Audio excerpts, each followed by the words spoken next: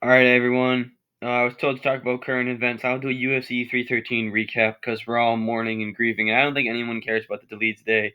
Chris Vittori 2 fight. I mean, the first fight was low key good, very close fight. I mean, the deleted today stunned him on the feet a couple times. Vittori's moments on the feet. They both had their exchanges. I had 2-1 deleted. No one cares, but yeah, UFC 313 recap. Now that it's Wednesday of a Saturday, yeah, it's the 12th. Let's jump into it. The sport is dead. It is over. Inactivity Inc. Onk, Inactivity Onk, like Moon Knight's Onks, is now the champion. The pros of this, I mean, he actually did it. He talked all the trash and did it, so that's cool for some people. Yuri gets a title shot. I have one thing to say to the Ankalaev.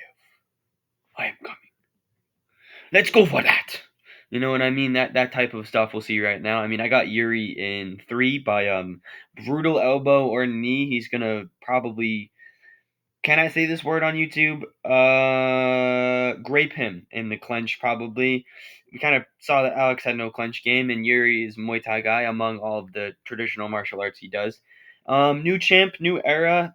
Please send help. I'm actually losing my marbles right here. I learned the other day that white people can't say crashing out, so it's losing my marbles now, and I am losing them. They are officially lost. The sport is actually dead. We are so cooked. Our biggest star just lost in this weird 3-2 fight. Now, people say on paper 4-1, but you're just, I can't say that word on YouTube either. The YouTube fun please over here. You're stupid. There you go. That's a nice one. You're just not a smart individual if you actually think it's 4-1. I mean, it's undeniably 3-2. We'll get to that eventually. We'll get to scorecards and some of the controversial scorecard stuff later on. Ankalaev is going to defend once a year as a co-main event in a money division. This is a money weight class. 205 is where you have the heavyweight power, but you still have enough speed to make it watchable, where it's not just two blobs with no cardio. This is a money weight class, and it is now ruined by a champion that puts on boring fights against strong comp and can't finish anybody that is strong comp. You're gonna say, but what about Johnny Walker? Not strong comp, but also he's been knocked out 5 other times in his professional career. So yeah, 14-year-old welterweights can drop, buddy. He's not that good. Onk has no finishing ability against legit comp. Argue with the wall on that one. Who are his finishes? Anthony Smith, Ian Kutelaba. I could be blanking on someone, and Johnny Walker, right? That's not strong comp. Those don't jump off the page at you. Yeah, there you go. So here's my thing. I was comparing this to my friends and some of like the casuals around. When Connor lost to Nate Diaz, right? It was a competitive, relatively back and forth fight. Connor's moments in the first, he was cooking Diaz on the feet. Diaz made this awesome comeback, got in the submission, got the submission in, choked him out. It was sick. It was epic. Diaz had this aura. He had this persona, I'm not surprised, all that stuff. Whereas Onk's just like, is your Travis Scott burger halal? There's no aura. There's no persona. He doesn't have good trash talk. He barely speaks English. There's nothing there. And also, it's like our superstar lost in such a, you can argue with me, but a non-decisive and boring way. At least when Connor lost, these were like cool finish, like the Khabib thing. There was this crazy lead up, crazy rivalry, all this bad blood, all this beef, street fights, this, that, fights after the fact in the octagon. Whereas when Onk won, it was just, you know what I mean? There's no hype. There's no fun around this. That's what I compared it to, because Daggy Glazers are gonna make the argument because it got 44.6 million views on Instagram that Ankalaev is now a superstar. No, it's the casual little tiny shock brains. The brains are in shock that Ferreira actually lost to somebody. That's why it has views. It has nothing to do with Ankalaev's presence. It's the same people that think Khabib is a star on his own.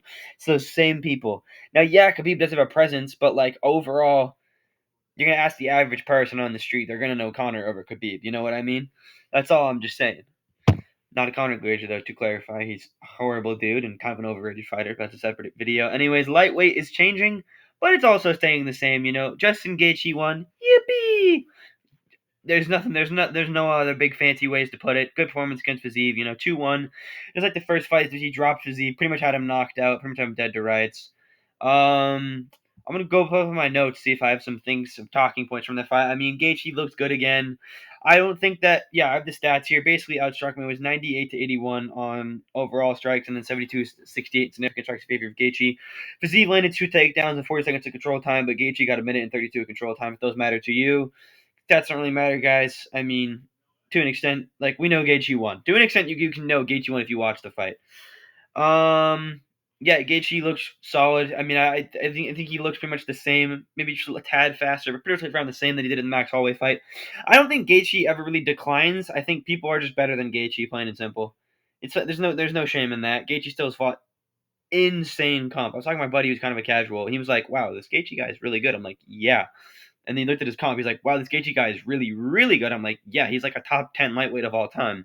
Just being autistic and throwing like overhands and hooks and his soccer leg kicks, you know what I mean? Which is kind of crazy if you really think about it. Anyways, Roof, you got that crazy spinning heel kick KO over Bobby Green. I only Jesus is king. Also, even if you were like legit, still you got knocked. That you've been what submitted and then KO'd. Like, there's no aura. You don't have enough aura to call you king, despite the fact that Christ is king. But like, there's no aura there. I think Rufy should skip the line and go fight Dariush. You can call me crazy. It's a fun fight. I think the UFC needs to take more risks with these matchups here, make matchmaking more fun. It would prove to people that maybe this Rufy guy can grapple, or if not, he can get fraud checked. He can build up that performance and come back. It's not like he's like 35 or 33. He's like what 28, 29. He's still young. There's still gas left in the tank. He's probably younger than that, to be honest. There's still gas left in the tank in Rufy. So I'm very impressed with the skill level. I think he's got ranked caliber skill. You can argue about the resume all day. I mean, Long Tom's not really the greatest one, but like Jimmy Malaki's a solid one. And now a huge KO over Bobby Green also. Um, Ignacio Bahamondes. Everybody, including me, was saying I had round 2 KO in my UFC 5 bets. Everyone was saying Bahamondes by KO, but Jalen Turner didn't have great fight IQ. Left an arm in there, and got submitted. That's just how it goes. Good submission by Mahamodes. Really stole the show there with that submission. I mean, he's now ranked 15, so that's solid. Jalen Turner retired for the Jalen Turner fans out there. Now, a lot of people are saying he's mentally weak and it's the losing streak, but I've been keeping up with my Jalen Turner lore. Jalen Turner is born again Christian, folks. Remember what happened to Roy McDonald? Became a born again Christian, thought they can't fight no more. You should go watch Wonder Boy's brief analysis on being Christian and fighting, and look at like Fedor's career if you want to know more research on that. In my opinion, but yeah. So R.I.P. to Jalen Turner's career, and Low Church Protestants got another one. Just saying, another career down the drain. But I'm not necessarily saying I wasn't really a huge Turner guy to begin with, but it's kind of rough to see a guy that's young and has decent potential, especially even up to welterweight. But yeah. I guess a filler point here is like the Gaethje and Poirier Oliveira buzzsaw still is kind of intact right now, kind of. I mean, they're a little old, but still, Gaethje got the win, so there's no new guy in the top three. That top three man. I mean, Armin's there. But we wouldn't really talk about him. Fiziev kind of cooked though, low key. I mean, that's a 3-fight losing streak. I know there's the injury, but on paper, it's a 3-fight losing streak after getting 2 top 5 shots, top 3 shots actually, right? No, top 5. Gaethje was 4th. Yeah, it's not good. It doesn't really look good. I think they might have him fight down against Grant Dawson potentially, maybe. Or maybe a Moicano rematch would probably work best for everybody to get Moicano a good little like confidence booster. But the UFC don't do that crap. There's no confidence boosters in the UFC. I mean, you could argue that his caliber and all that crap, but I don't think you can fight up on a 3-fight losing streak. I know one of them's an injury, but womp womp, you're not fighting up. I don't really think so. That's reasonable. Fiziev might be cooked already. I just think cardio is the real issue. Now, Joshua Van is the next Mighty Mouse, folks. I mean, he cooked Ray on the feet, put on an absolute masterclass, proved that he has takedown defense and legit grappling caliber. He's not a one-dimensional prospect. Finally, no more one-dimensional prospects. I mean, there's no words needed, guys. He's the next Mighty Mouse. Go watch my prospects video. The real issue is, why is he not ranked? Who fumbled the bag? Was it Ariel? Was it John Morgan? Who took this man off the rankings? Who did it? I want to know. Why is Tim Elliott still ranked over him? I'll talk about Tim Elliott later. Anyways, I mean, Ray wasn't really a threat on the feet to begin with, but I still think Van is just that good. I think he's proved time and time again he's great on the feet. He has that weird little thing against Charles Johnson, but Johnson's also pretty good on the feet. He already lost to Johnson, which is a ranking spot, I guess, but like Kyle Sukura is the next option. That's a tough fight for anybody in the division, I feel like. And you have the lanky Tagneer that could do something, maybe with the nut hugging. Maybe Tagneer's got something in his bag. Tim Elliott's a veteran. He could do some sneaky veteran, crafty veteran stuff. I mean, also Omabaya is kind of a tough matchup, I guess. Well, I don't know if stylistically for Van is. Urseg, obviously, he game planned super well. Gave Pantoja his toughest fight. I think Pantoja had staff during it, but still, game planned super well. Gave his toughest fight. I think that could be an interesting matchup for Van. I mean, Cap on a good day destroys anybody, but I still think Van could maybe get the back. I don't know. Van has weird striking defense, and I think Cap could still get in the rhythm. Tyra's got the great grappling. It'd be tough to see how that one would go. Kai Kara Frank is good, I guess.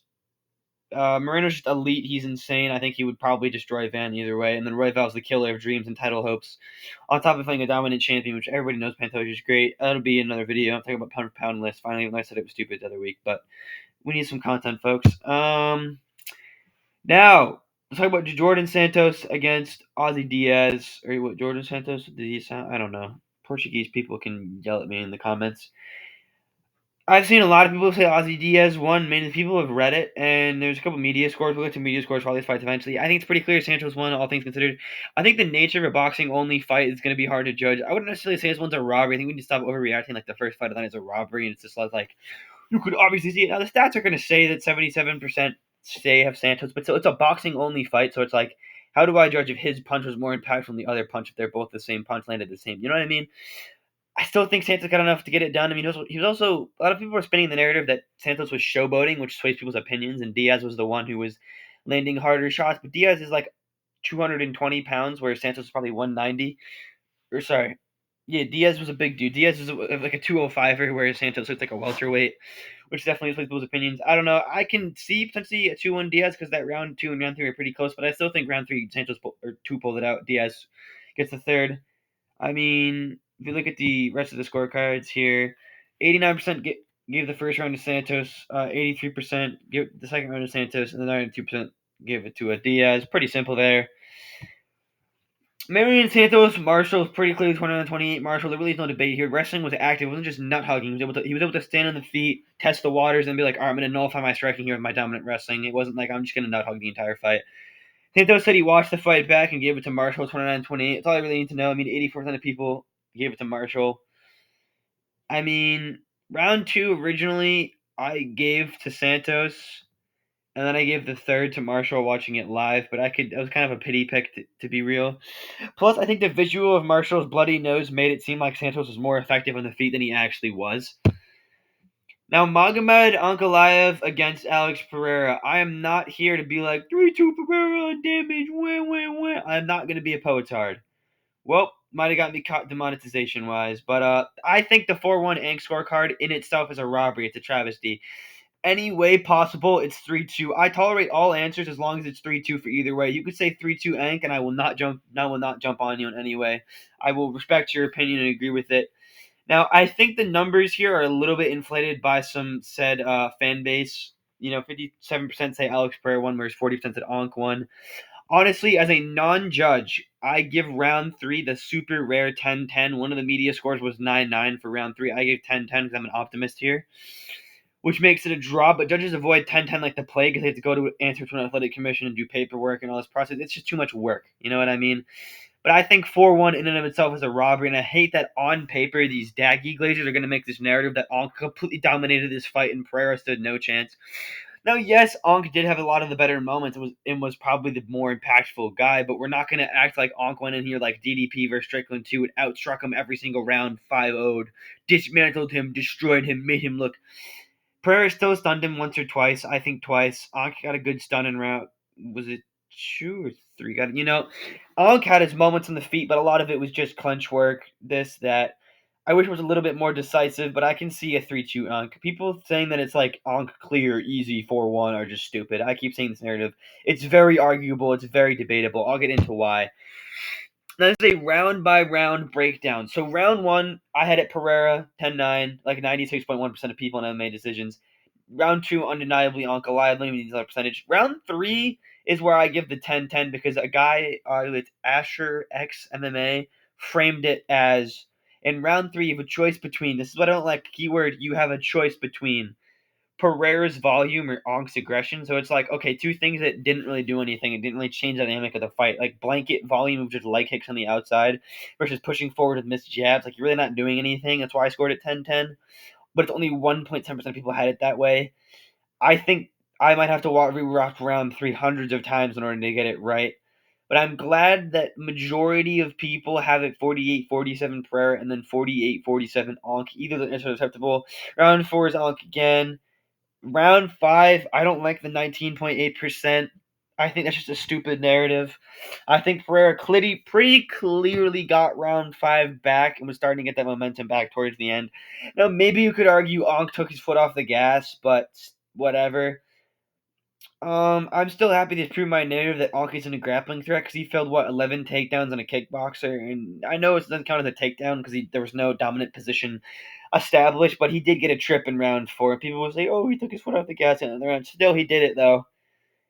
And yeah, it'll be interesting to see where we go from here with Ankalaev and Pereira and all them guys. Now let's go to the media scores for some of these controversial fights.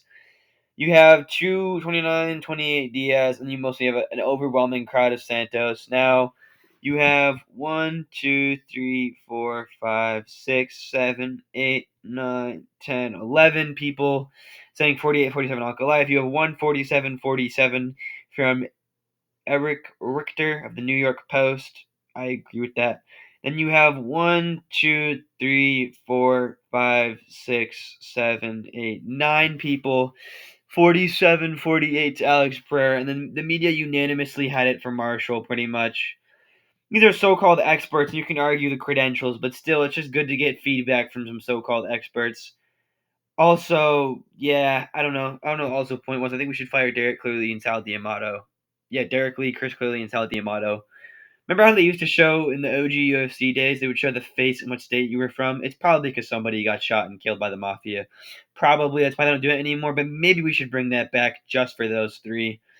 4-1 Onk in and of itself is literally just a robbery. There's no way around it. It's such a stupid claim. I hate that we're gonna live in a world where people think Onk Alive is actually good.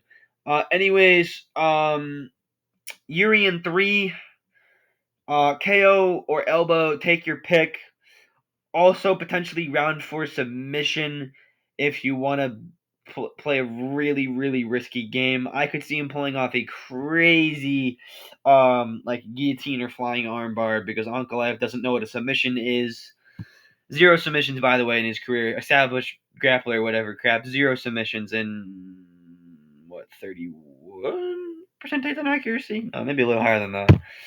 Still very low. Anyways, it's over for Bobby Green. It's over for Michael Chandler.